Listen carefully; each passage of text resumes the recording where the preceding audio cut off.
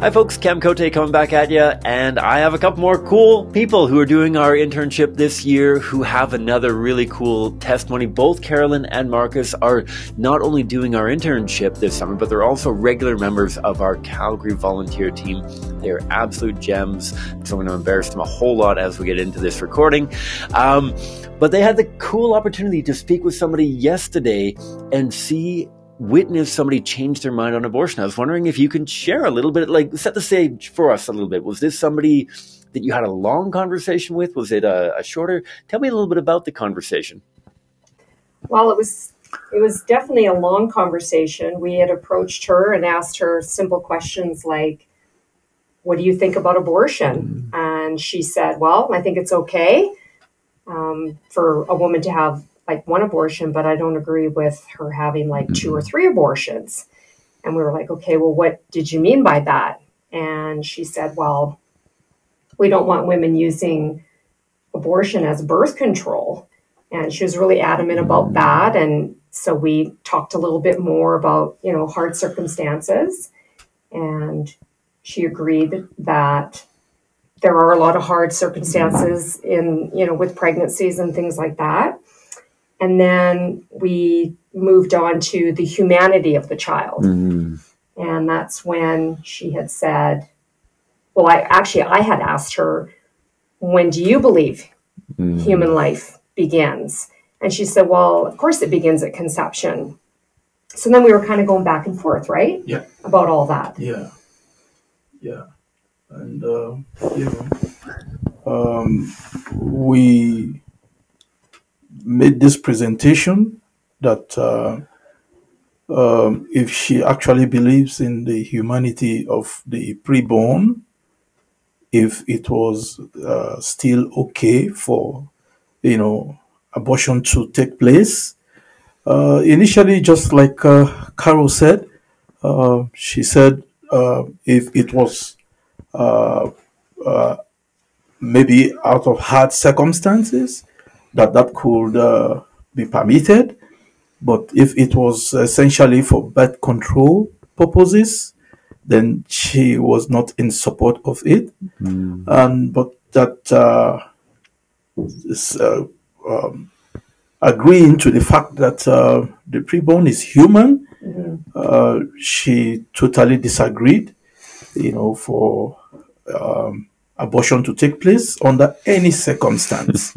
And that was something cool for us to know, that from being pro-choice, she's taking a stand on pro-life of the preborn. So we are very grateful for that decision that was taken. Yeah.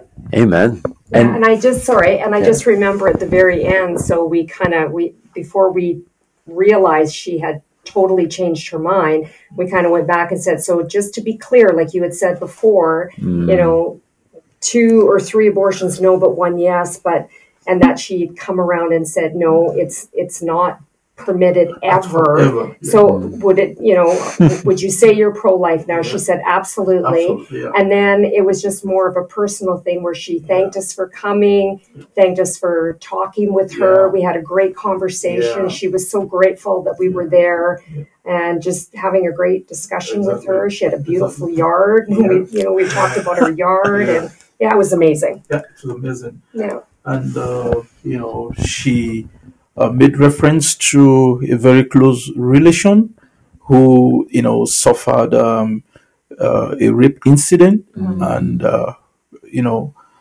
conceived under that circumstance and, decided to give the baby for adoption. And incidentally, 30 years after that adoption, there was a family reunion between the adopted, kid with the biological mother, and it was kind of emotional and so muchly,